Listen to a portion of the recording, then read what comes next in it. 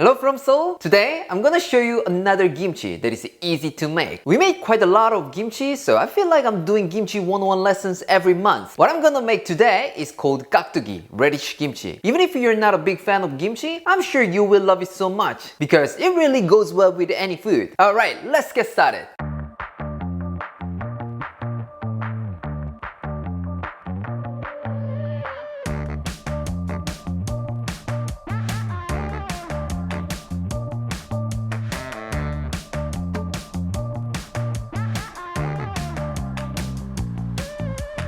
As you guys know, when you visit Korean restaurants, whatever you order, you get kimchi for side dishes. Even in hangover soup place or oxbone soup place, you can have one more kind of kimchi, which is kakdugi, Radish Kimchi. I assume they think serving normal kimchi alone is not enough. How generous! As always, ingredients are quite simple. You will be needed Korean radish or daikon, green onion, apple, and onion. If you wanna make it simpler, you can skip everything but the radish. Some people might wanna say, is there anything I can replace radish? Come on! All of your questions are welcomed, but this is radish kimchi. Since it's the main ingredient, it cannot be replaceable. Let's prep the radish. Rinse it with running water and peel the skin off. You can cut it as big or small as you like, but I like to cut it into 1 cm thick pieces because that way I can enjoy the best texture. Going through the fermentation process, if it's too thin, it will get mushy. If it's thicker than this, it will be crunchier, but it will take too long to get it ready. I think I should take my words back. Go for 1 cm. Just follow my lead. Not too thin, not too thick. Put the radish into a mixing bowl. Whenever I make kimchi, I take out this large mixing bowl, but I'm not sure if it's legit to be called a bowl. And I'm 100% sure there will be comments like my kids can't swim in it. But trust me, you will need a big bowl like this so you can easily mix everything with the seasoning later. If you mix it in a small container just because you don't want to make lots of dishes to wash, then you will be in trouble, like the red sauce will be all over you and your clothes. So if you say, Aaron, I don't have that big bowl, then I recommend bringing your nephew's swimming pool. Seriously, bring it. Now let's make rice porridge. Pour 1 cup of water into a pot. Add 1.5 tablespoons of flour and mix it. If you have sticky rice flour, that will be even better. I'm using all-purpose flour, but if you don't have one, don't worry about it. Just use what you have. It's gonna be alright. For information, don't turn on the stove yet. You need to stir it until you don't see any chunks in the water. It seems ready. Turn on the heat to low heat and whisk it until it gets thick and sticky. You might say, this is a lot of work. Why do you need to do that? This will help the fermentation process because this is like food for probiotics. Plus, this will make the color of kimchi prettier and help you mix everything with the seasoning smoothly. Now it's done. Make sure to cool it down completely. Otherwise, it's gonna cook other veggies and chili pepper flakes. If you use it before you cool it down and get weird warm kimchi, I'm not responsible. I said it, so don't blame me. Let's make kimchi paste. Put half an apple and half an onion into a blender. Add a little bit of water and blend it. While this is blending, let's chop some green onion. We need about 1 cup. If you put green onion into kakdugi, it will make your kimchi more refreshing. But if you don't have it, you can skip it. It's optional. From now on, you need to be very focused. Put 3/4 cup of chili pepper flakes and a half cup of fish sauce into a mixing bowl. For information, for kimchi, I don't recommend using this Thai fish sauce, so I recommend using Korean fish sauce. I have this Korean one, but to check if it's okay, I'm gonna use the Vietnamese one, and I think it will work. So if you have this one, go for it. Put a 1/4 cup of sugar, 1 tablespoon of salt, a half cup of minced garlic, 1 teaspoon of minced ginger, 1 cup of green onion, and 3 tablespoons of Sprite or 7-Up. You seem so surprised because of Sprite, but I told you, I'm gonna use this for many recipes. Remember? I know it's weird, but just try it. You have nothing to lose. Lastly, put the porridge and mixture and mix it well. Pour this kimchi paste over the radish and mix it well. At this point, some of you might wanna ask, hey Aaron, why didn't you salt the radish this time? Kimchi is supposed to be salted first, right? Yes, you're right. Most kimchi goes through the salting process, but for this recipe, you don't need to salt the radish. Since this way is is much simpler. Many Korean restaurants make radish kimchi this way. Plus, if the radish doesn't go through the salting process, it's gonna be much crunchier and more refreshing. Even if you've been following another kakdugi recipe, just give it a shot. You will be surprised, I guarantee it. After mixing it well, move the radish into a container. Press it down so that there's no room between them. The best way to ferment this kakdugi is to keep it in the fridge from the start. But I don't prefer it because we need to wait so long. So I'm gonna leave it at room temperature and then put it in the fridge. As time goes by, quite a lot of water will come out from the radish, which means some radish on the bottom will be under the sauce, so they will get seasoned perfectly, but other radish on the surface didn't get enough sauce. So make sure to mix everything from bottom to top twice a day. And that will be more water than you expect, but don't worry about it, you are doing well, trust yourself. Now you might wanna ask, Aaron, how long do I need to ferment this? Actually, I can't give you the perfect answer because we all live in different places, which means we all live in different conditions. For some of you, it's winter, and some of you might be in summer, so all I can say is check it often. While keeping at room temperature, you can smell it or taste it. If it's slightly sour, it's time to move it to the fridge. Alright, it's been a week. For information, I left my radish kimchi out for 28 hours at 26 degrees Celsius and kept it in the fridge for 6 days. Now it's perfectly ready, so we need to call our taste tester. Claire. 맛있겠다. 깍두기가 주인공이니까 깍두기 먼저. So excited.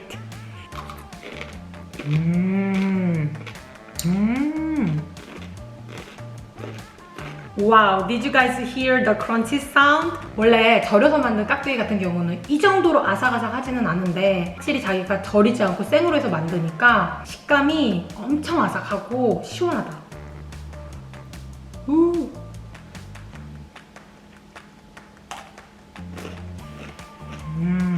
This is it. This is it.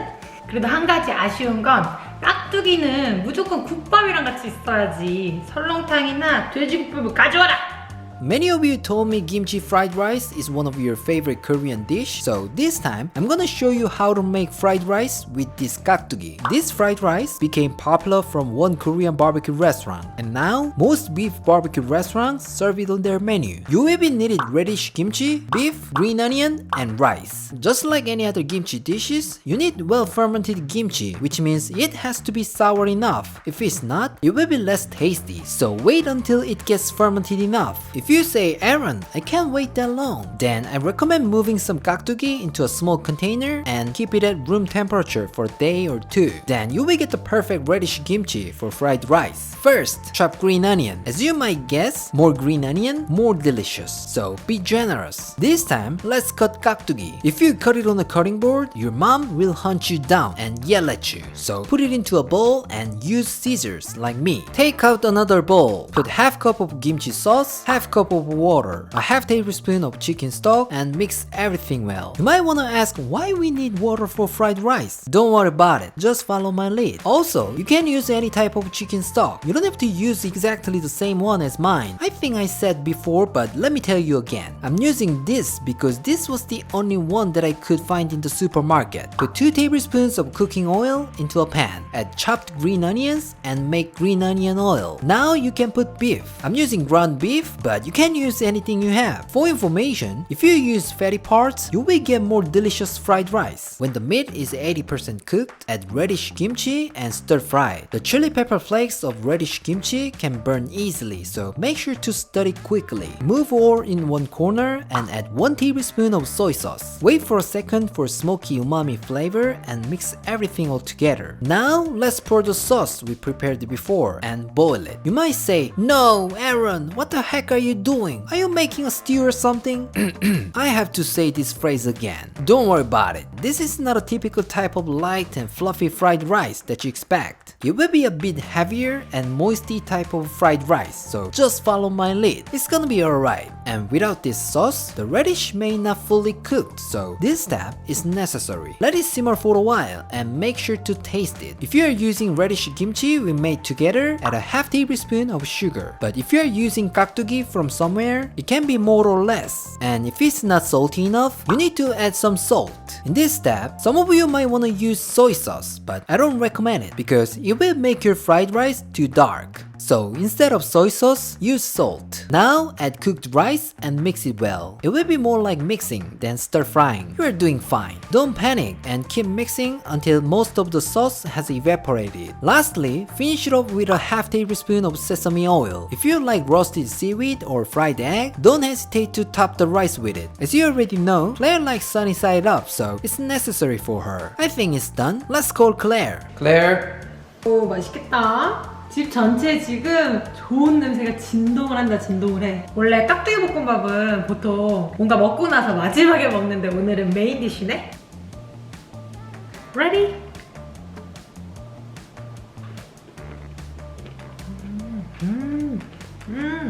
내가 알던 깍두기 볶음밥이 아니네? 훨씬 더 럭셔리한 버전이다.